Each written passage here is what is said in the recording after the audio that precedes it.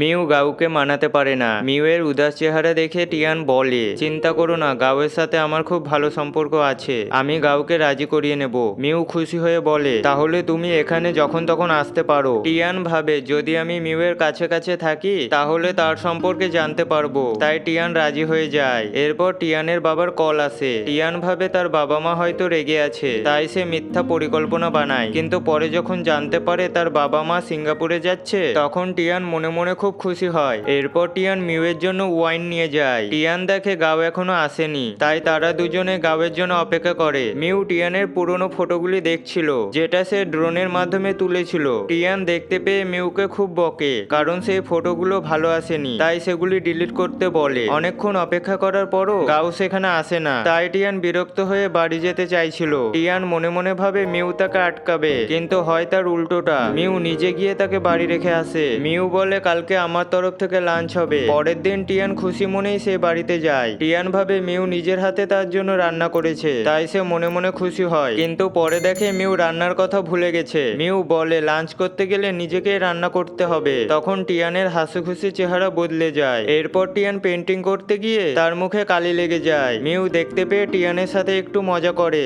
Mu টিয়ানের কালিটা না মুছে তাকে আরো কালি লাগিয়ে দেয়। টিয়ান ভাবে মিউ তার কত কেয়ার করছে, তাই সে খুব খুশি হয়। টিয়ান বলে, আজকে তোমাকে আমার জন্য আইসক্রিম বানিয়ে দিতে হবে। মিউ চিন্তায় পড়ে, কারণ সে এখনো আইসক্রিম বানাতে পারে না, তাই টিয়ান তাকে রেসিপিগুলি বলে বলে দেয়। তখন মিউ বিরক্ত হয়ে পড়ে আর টিয়ানকে বকা দেয়, তাই টিয়ান তাকে খুব বিরক্ত করে। তাই মিউ টিয়ানকে বাইরে পাঠায়, কিন্তু তাতেও মিউয়ের সমস্যা দূর হয় না। এরপর টিয়ানের আয়নার দিকে নজর যায়। টিয়ান দেখে মিউ কালি দিয়ে তার মুখটা বাদ করে দিয়েছে। তখন টিয়ান দুষ্টু হাসি দিয়ে রঙগুলি মিউয়ের গায়ে ঢালতে যায়। এরপর মিউ হঠাৎ উঠে দাঁড়াতেই রঙগুলি টিয়ানের গায়ের উপর পড়ে, যার ফলে টিয়ানের জামায় দাগ লেগে যায়।